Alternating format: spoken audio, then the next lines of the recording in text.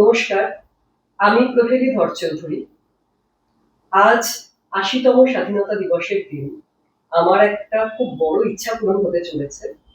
আমি বহুদিন ধরে ভেবেছি আমার বাবা শ্রীযুক্ত রানাধর চৌধুরীর মুখ থেকে শুনব আমার ঠাকুরদা শ্রীযুক্ত রমেশচন্দ্র ধর চৌধুরীর রাজনৈতিক জীবনযাপনের ব্যাপারে।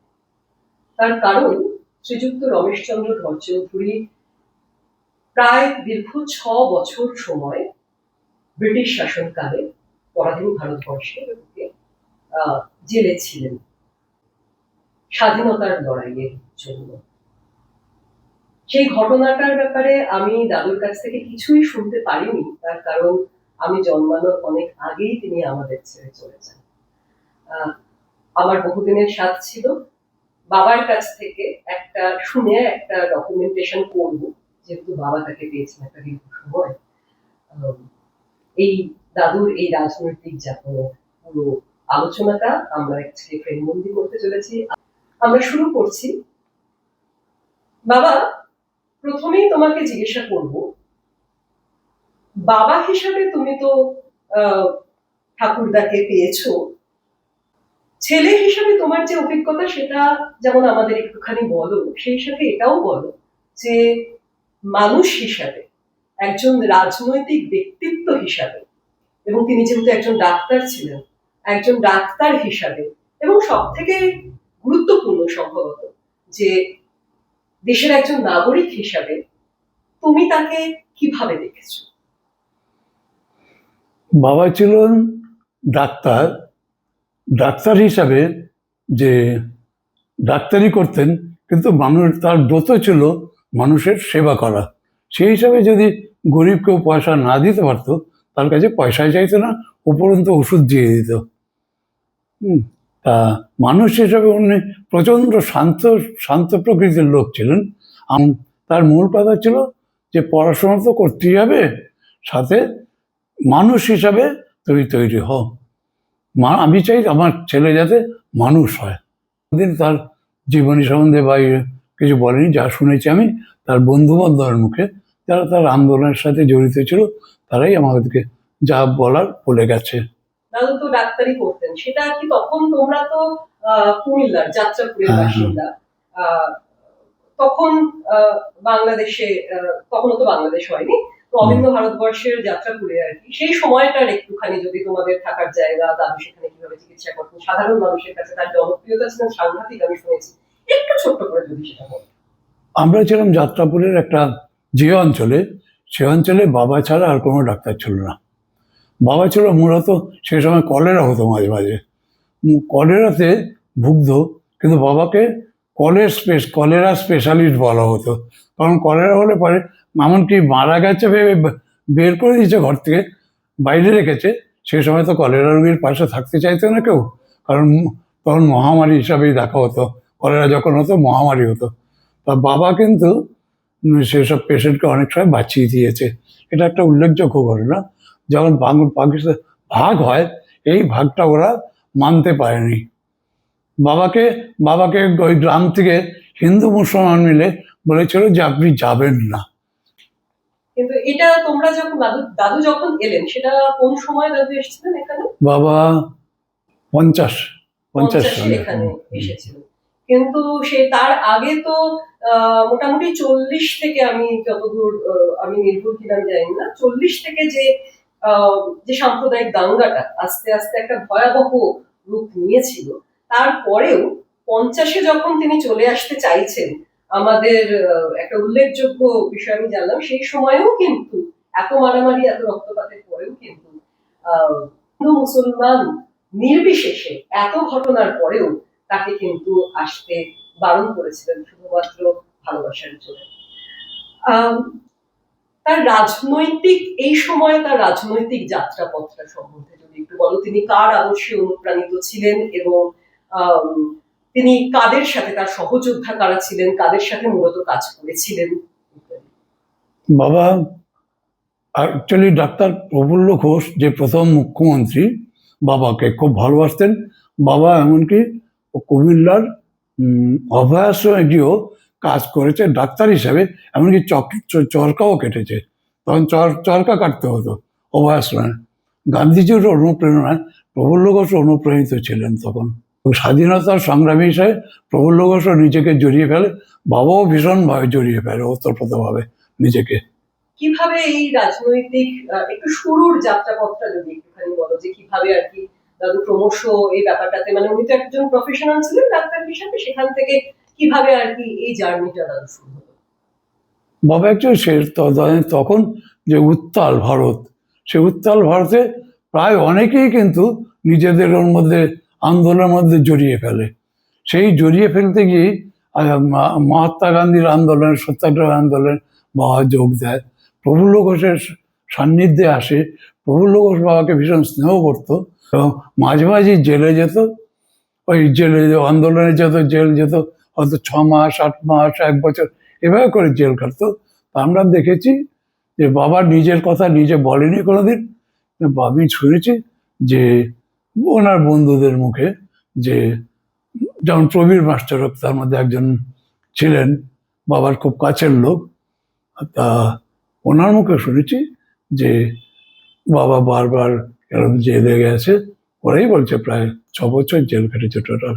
তার মধ্যে বোধহয় 6 মাস অন্ধকূপে ছিল। একদম একা ছিল, একা একটা ঘরে আলাদা। সেটা হঠাৎ করে মানে কেন অন্ধকূপে, সেই একটা কারণ আমি শুনেছিলাম যে দাদু বোধহয় জেলে থাকা অবস্থাতে একটা সময়ে, মানে তার সঙ্গী সাথীদের সাথেই গ্রেফতার হয়েছিলেন, কিন্তু জেলে থাকা অবস্থাতেই ব্রিটিশ রাজের বিরুদ্ধে আরেকটি বোধহয় প্ল্যানিং করছিলেন জেলে বসে, এবং সেটা কোনোভাবে ধরা পড়ে যাওয়ার ফলে বোধহয় শাস্তিমূলক এই আচরণটা হয়েছিল। সেটা সম্বন্ধে ছোট করে যদি একটু বলো। বাবা তো বারবারই জেলে গেছে, সেই জন্য ওইখানে অনেকের সাথে দেখা হতো, অনেকের সাথে চেনাশোনা, বারবার ওরাও জেলে গেছে, ওদের সাথে মিলে মিলে আর কি একটা ওই কীভাবে স্বাধীনতা পাওয়া যায় এই নিয়ে আলোচনা, এটাই ওদের আলোচ্য বিষয় ছিল, স্বাধীনতা চাই। উনি কোন জেলে ছিলেন মূলত? Dum Dum central jail. আচ্ছা, তো থাকতেন তো তখন তো তোমরা বাংলাদেশে, মানে আজকের বাংলাদেশে তখন তোমরা থাকছো, কিন্তু সেখানে গ্রেপ্তার হওয়ার পরে তাকে নিয়ে আসা হয় দমদম সেন্ট্রাল। যেহেতু উনি স্বাধীনতা সংগ্রামী। আমরা যে সময় কথা বলছি তখন ভারত অবিভক্ত।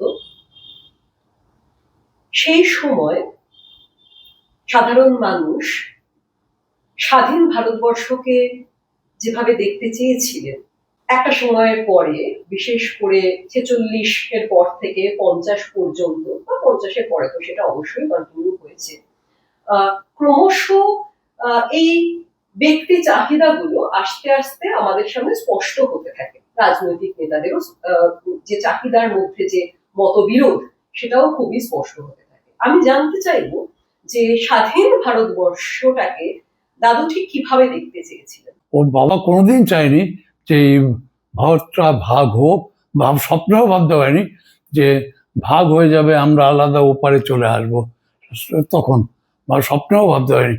এই জন্য কিন্তু স্বাধীনতা ওরা চায়নি। ওরা চাইছে অবিভক্ত ভারতবর্ষ থাকবে, আমরা ওইখানেই থাকবো, মুসলমানদের সাথেই থাকবো, কারণ আমাদের সাথে মুসলমানদের মধ্যে কোনো বিভেদ ছিল না, একসাথে ছিল, সম্প্রীতি ছিল, আন্দোলনে যেত, ওরাও যেত বাবাদের সাথে, মুসলমানরা যেত, হিন্দুরাও যেত। তা এখন তো সেটা দেখছি হিন্দু মুসলমান বিভেদ, কোনো সময় বাবার মুখে শুনিনি বাবাদের সময় কোনো মুসলমানের ভেদাভেদির কথা।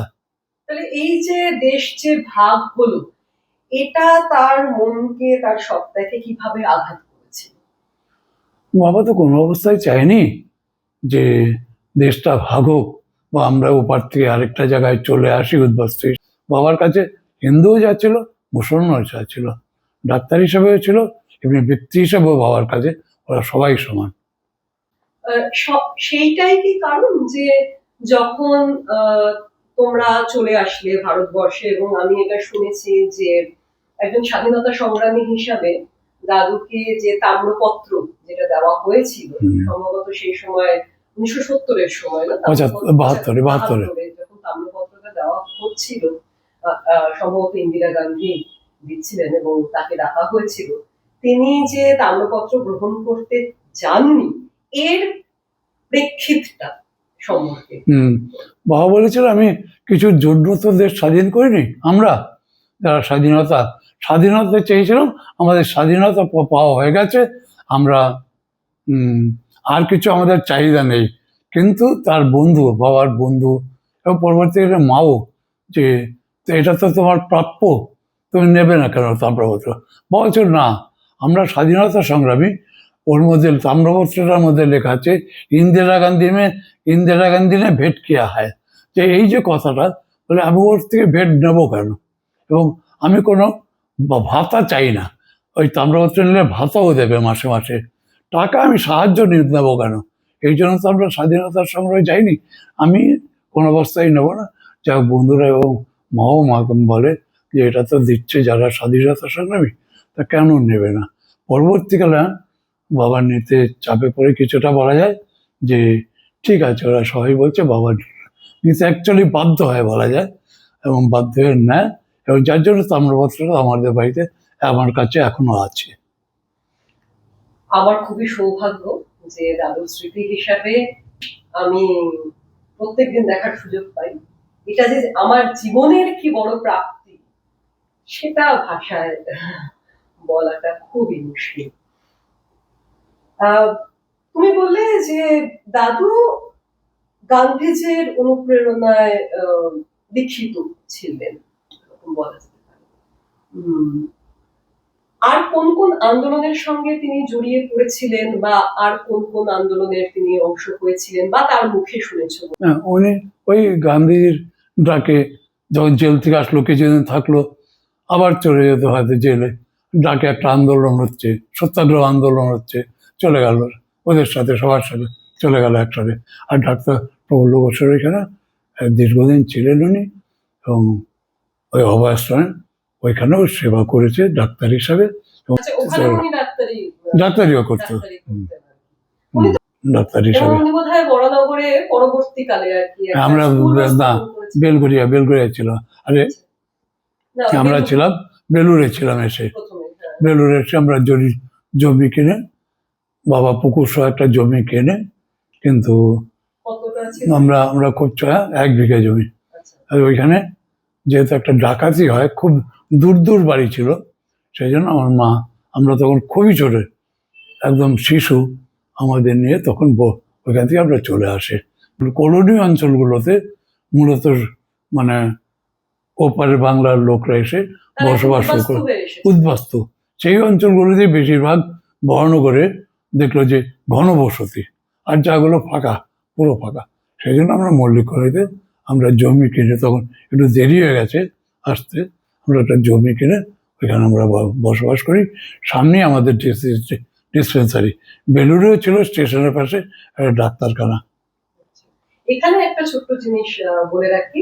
আমার ঠাকুমা সেই সময় তিনি জিপিওতে চাকরি করতেন, এবং ইভেনচুয়ালি একটা মজারও ঘটনা রয়েছে এখানে। আমার মায়ের বাবা এবং আমার বাবার মা একসাথে জিপিওতে চাকরি করতেন, এবং সেখান থেকেই এই বৈবাহিক সম্পর্ক তারা বাধা করেন নিজেদের মধ্যে কথা বলে। এবং একটা খুব গুরুত্বপূর্ণ বিষয় এখানে আমি জানতে চাইবো যে যেহেতু দাদু মূলত স্বাধীনতা সংগ্রামের সঙ্গে দীর্ঘকাল ধরে, তার যাপনের দীর্ঘ সময়টা ধরে যুক্ত থেকেছেন, উনি কিন্তু একটি স্কুলও স্থাপন করেছিলেন বরানগরে। সেখানেও ফ্রি প্রাইমারি স্কুল, সরকারি। সে বর্ষায় তার ছাদ পুড়ে যেত, এরকমও শুনেছি, বৃষ্টির মধ্যে আর কি কলাপাতা মাথায় দিয়ে তার কাজ করতো। এত কিছু বলার অ্যাকচুয়ালি কারণটা হচ্ছে এটাই যে তোমরা 4 ভাই বোন, এবং আমি জানতে চাইবো যে এই যে একটা, তার ফলে অর্থনৈতিক খানিক টানাপোড়েন তো অবশ্যই ছিল, কারণ দাদু যেহেতু রোজগারটা সেরকম নিশ্চিত কিছু ছিল না, এবং সেদিকে তিনি বিশেষ নজরও করেননি কখনো।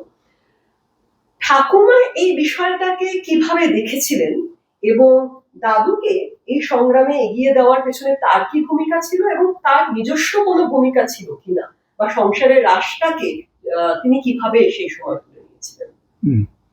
অ্যাকচুয়ালি আমার জন্মের আগের থেকেই আমার এটা শোনা যে মা বাবাকে কোনো ব্যাপারে বাধা দেয়নি, এবং আমাদের বাড়িতে এই জিনিসটা ছিল প্রচলন যে আমাদের কেউ কাউকে বাবা কাউকে মা কাউকে কোনো স্বাধীনতায় কোনোদিন হাত দিত না। যা আমরা খুব শান্ত প্রকৃতির ছিলেন ওরা। আর বাবা এখানে এসে একটা স্কুল প্রতিষ্ঠা করে, প্রি প্রাইমারি স্কুল, এবং সরকার থেকে চেষ্টা করতো কীভাবে এখানকার লোককে যা পাওয়া যায়, যেমন কি তখন এই গুঁড়ো দুধ দেওয়া হতো, গুঁড়ো দুধটাকে দুধ তৈরি করতো, আমাদের বাড়িতে থাকতো বস্তা বস্তা দুধের প্যাকেট, একটা ঘর ছেড়ে দিয়েছিলাম আমরা, সেই ঘরটার মধ্যে বস্তা বস্তা দুধের প্যাকেট আসতো মাসে মাসে। সেই দুধগুলোকে ওরা দুধ তৈরি করে, জল দিয়ে দুধ তৈরি করে মাপ থাকতো একটা, ওইটা ওইখানে ডিস্ট্রিবিউট করা হতো সবার মধ্যে, যেহেতু সবাই উদ্বাস্তু হিসাবে এসেছিল। এই দুধের প্যাকেট কোথা থেকে? সরকার থেকে দিত। সরকার থেকেই আসে। আচ্ছা আচ্ছা। এখানে বাবা, হ্যাঁ, বাবা কি করে ব্যবস্থা করেছিল সেটা জানি না, ব্যবস্থা করেছিল, এবং সরকারি চেষ্টা করতো কীভাবে সরকার থেকে কী কী সাহায্য পাওয়া যায়। এই প্রসঙ্গে একটা কথা মনে পড়লো যে বাবা সেই সময় দুটি ছেলে বাবার কাছে আসে, অনিমেষ এবং অনুতোষ নাম। তারা, অনিমেষ পড়াশোনা করতে চেয়েছিল, বাবা তাকে গ্র্যাজুয়েটও করে, কিন্তু যখন নাকি বাবা জেলে যাওয়ার আগেও ওকে ওর টাকার বন্দোবস্ত করে যেত যাতে পড়াশোনায় যাতে কোনো ব্যাঘাত না ঘটে। কিন্তু অনুতোষ যেহেতু পড়াশোনা করতে চায়নি, তাকে একটা চাকরির ব্যবস্থা করে দেয়। সে পরবর্তীকালে সেই চাকরি করে, তারপরে তো আমরা দেশ ভাগ হয়, এবং সেই অনিমেষ গ্র্যাজুয়েট হয়ে রেলে চাকরি পেয়েছিল। এবং আমি যখন বেশ বড় হয়েছি তখন একবার আমার সাথে দেখা হয়েছিল, অনিমেষ দেখা করতে এসেছিল একটা চকলেটের বাক্স নিয়ে। আর একটা বিষয় একটু জানতে চাইবো, দাদুর দলীয় রাজনৈতিক অবস্থান বা সময়ের সাথে সাথে কি তার কোনো পরিবর্তন হয়েছিল?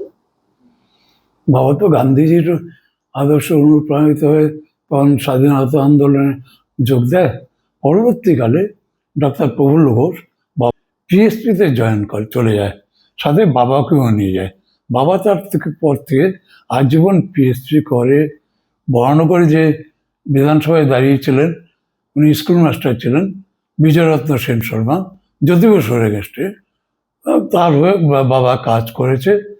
তার বাবা আমাদের বাড়িতে আসতেন, বিজয়রত্ন সেন শর্মা, এবং তদানীন্তন পিএসপির কিছু লোকও আসতো আমাদের বাড়িতে, অনেকেই আসতো। তখন পিএসপি একটা মোটামুটি খুব ভালো ক্ষমতা সম্পন্ন একটা দল সারা ভারতেই, বাংলাতে তো ছিলই, ওদের অনেক এমএলএ এমপিও ছিল, যেমন সমর গুহর বাড়িতে আমি গেছি, মেদিনীপুরের এমপি, ওনার অধ্যাপক যাদবপুরের, ওনার বাড়িতেও আমি গেছি। তা এইসব লোকের সাথে বাবার অনেক যোগাযোগ ছিল পিএসপি হিসাবে, কিন্তু আমাদেরকে কোনোদিন রাজনীতিতে আসা বা কোনো ব্যক্তি স্বাধীনতায় বাবা হস্তক্ষেপ করেনি। আচ্ছা, এই পিএসপির সাথেই পরবর্তীকালে কমিউনিস্ট পার্টির একটা অ্যালায়েন্স তৈরি হয়েছিল। হ্যাঁ, অ্যালায়েন্স করে ভোটে দাঁড়ায় ওরা, এবং বরানগর থেকে জ্যোতি বসু, এবং পিএসপি থেকে দাঁড়ায় লোকসভাতে বিমল ঘোষ, এবং বিমল ঘোষও যেতে ভোটে, জ্যোতি বসুও যেতে। তা বাবাকে দেখেছিলাম আমি, তখন আমি খুবই ছোট, মানে খুব লোককে মিষ্টি খাওয়াতে, বিমল ঘোষ যেহেতু জিতেছে খুব খুশি হয়। এবং বিমল ঘোষ আমাদের বাড়িতে এসছে, এটাও আমার মনে আছে। এবং বাবার সাথে প্রচারে, বাবা যেখানে যেত আমায় নিয়ে যেত, বাবার সাথে, তখন আমি ছোট ছিলাম, আমি বিমল ঘোষের সাথে প্রচারে যেতাম। সেই সময় প্রচার কিরকম হতো? সব বাড়ি বাড়ি গিয়ে, এইভাবে এত মাইক বাজে এসব প্রচার ছিল না, পোস্টার মারতো কিছু, খুব কম, কিন্তু বাড়ি বাড়ি যাওয়াটাই ছিল মূল। বা হাতে লেখা না, পোস্টারই মারতো, পোস্টার, এবং এত পোস্টার না, দু চারটে মারতো, এবং বাড়ি বাড়ি গিয়ে সবাই চেষ্টা করতো বাড়ি বাড়ি গিয়ে যোগাযোগ রাখার। আচ্ছা, পিএসপির সাথে এই কমিউনিস্ট দলের এই অ্যালায়েন্সের ফল কি হলো তারপরে, মানে আমি জানি না। পরবর্তীতে কালে তো পিএসপির সাথে পিএসপি বেরিয়ে যায় কমিউনিস্ট পার্টি থেকে, মত আদর্শগত একটু তফাৎ ছিল, কমিউনিস্ট আর ওরা সোশ্যালিস্ট, এবং ওরা এরা তখন ওই জনতা যখন হয়, ওই কি নামটা যেন, জব জব জব নারায়ণের ডাকে জনতা পার্টি, তখন ওই জনতা পার্টির সাথে পিএসপি মিশে যায়, জনসংঘ মিশে যায়, যেটা পরবর্তীকালে এই বিজেপি, জনসংঘ বিজেপি হয়, সোশ্যালিস্ট পার্টি মিশে যায়। এগুলো সব বড় পার্টি ছিল, অল ইন্ডিয়া পার্টি।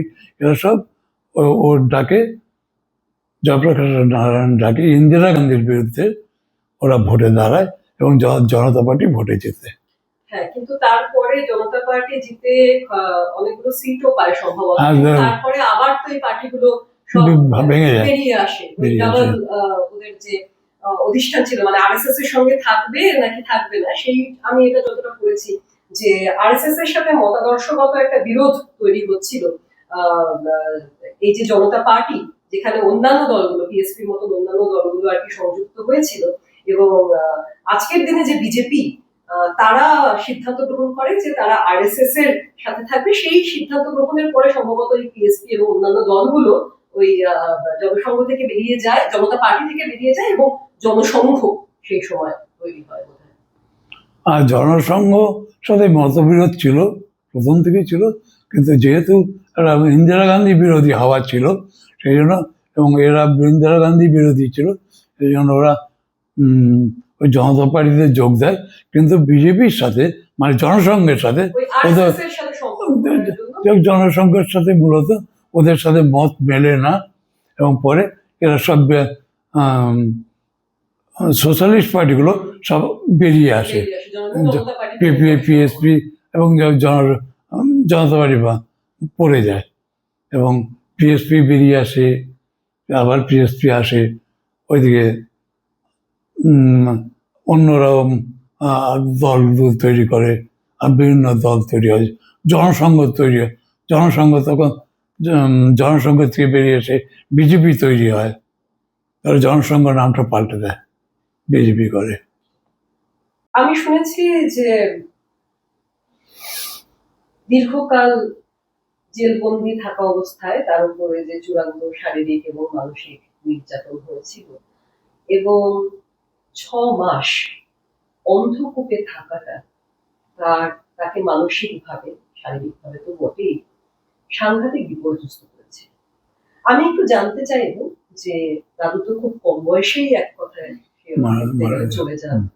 দাদুর শেষ কয়েকদিনের যে দুর্বিষহ জীবন, এটা আমি বেশ কয়েকবার শুনেছি অলরেডি আমার বাবার কাছ থেকে, সেটা সম্পর্কে। আমার বাবা শেষের দিকে একটু, যে কোনো কারণে হোক, কানেও একটু মনে হয় কম শুনতেন, যার জন্য একটা অ্যাক্সিডেন্ট হয়, অ্যাক্সিডেন্টে পায়ে ক্র্যাক হয়ে যায়, সেখানে একটা ভুল চিকিৎসা হয়, তখন তো এত অ্যাডভান্স হয়নি, সেই ভুল চিকিৎসার জন্য বাবা বেডসোল হয়ে যায় পরবর্তীকালে। তারপরে সেই হ্যাঁ, সাধারণ সাইকেল অ্যাক্সিডেন্ট, বা বাড়ির কাছেই একটা ধাক্কা মারে, কানে শুনতে পাইনি, চোখেও দেখতে পাইনি, ওই ধাক্কা মেরেছে, ধাক্কা পড়ে যায়। সেই সময়টা খুব কষ্ট পেয়েছিল বাবা, খুব কষ্ট পেয়েছিল। আমি তখন উড়িষ্যায় চাকরি করি, মাঝে মাঝে চলে আসতাম বেরামপুর গঞ্জাম থেকে, আসা খুব একটু টিকিট পাওয়া খুব কষ্ট হচ্ছিল, অনেক সময় আমাকে দাঁড়িয়ে আসতে হতো 12 ঘন্টা ট্রেনে, যেহেতু একটাই ট্রেন ছিল আসার, 12 ঘন্টায় জার্নি করে আসতাম, যেহেতু বাবা অসুস্থ ছিল আসতেই হতো। যদি জিজ্ঞাসা করি যে তুমি তার ছেলে হিসেবে, এবং তার কোন কথাটা বা কোন স্মৃতিটা আজও তোমার মনে সব থেকে বেশি স্মৃতি হিসেবে বারবার ফিরে ফিরে আসে? বাবা একজন আদর্শ বাবা বলতে যাবো, আমার কাছে আমার আদর্শ আমার বাবা, এইটুকু বলতে পারি। এবং আমি বলছিল ভালো মানুষ হওয়ার চেষ্টা করো, পড়াশোনা ভালো অনেকে হতে পারে, কিন্তু মানুষ হিসাবে ভালো হওয়া কঠিন। আমি চাই তুমি সব দিক দিয়ে ভালো মানুষ হও। চেষ্টা করেছি যতটা, কতটুকু পেরেছি জানি না। আজকের রাজনৈতিক প্রেক্ষাপটে ধরো যদি তুমি দাদুকে সামনে থেকে পেতে, এবং যদি তোমাকে একটি বা দুটি প্রশ্ন করার সুযোগ দেওয়া হতো, তাহলে তুমি তাকে কি জিজ্ঞেস করতে, তার কাছে কি জানতে চাইতে যে আজকের রাজনৈতিক প্রেক্ষাপট সম্পর্কে তার কি বক্তব্য এবং এটা ঠিক কতটা তাদের সময়ের থেকে আদর্শগতভাবে ভিন্ন? হুম। বাবাকে যদি এই প্রশ্ন করতাম, মনে হয় একটাই আমি বলছি যে বাবার যা চিন্তাধারা, বাবা এই জিনিসটাকে হিন্দু মুসলমানের যে বিভেদ, এই যে এখন দাঙ্গা বা হিন্দু মুসলমান বা একটা রেষারেষি চলছে, এটা কোনো অবস্থাতেই মেনে নিতে পারতো না। এবং বর্তমান যে অবস্থা, এই জন্য যে ওরা স্বাধীনতা চায়নি, এটা বারবার মুখ দিয়ে বেরিয়ে আসতো।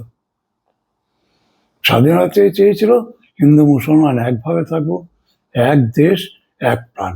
আমরা সংক্ষিপ্ত সময়ের মধ্যে চেষ্টা করেছি যতটা সম্ভব একটা ধারণা তৈরি করতে শ্রীযুক্ত রমেশচন্দ্র ভট্টাচার্যের ব্যাপারে। আমি আমার ব্যক্তি অভিজ্ঞতার কথা খানিকটা বলি। আমি যদিও মতিলাল মল্লিক কলোনিতে জন্মগ্রহণ করিনি, কিন্তু আমি যখন স্কুলে যেতাম, আমি খুব ছোটবেলায় যখন বরানগর রামকৃষ্ণ সারদা মিশন স্কুলে পড়তাম, আমাকে যে রিক্সা দাদু স্কুলে নিয়ে যেতেন, তিনি আমাকে একবার বলেছিলেন, তোমার দাদুকে তো তুমি দেখো, তিনি ছিলেন, তাই আমরা আছি। ধন্যবাদ।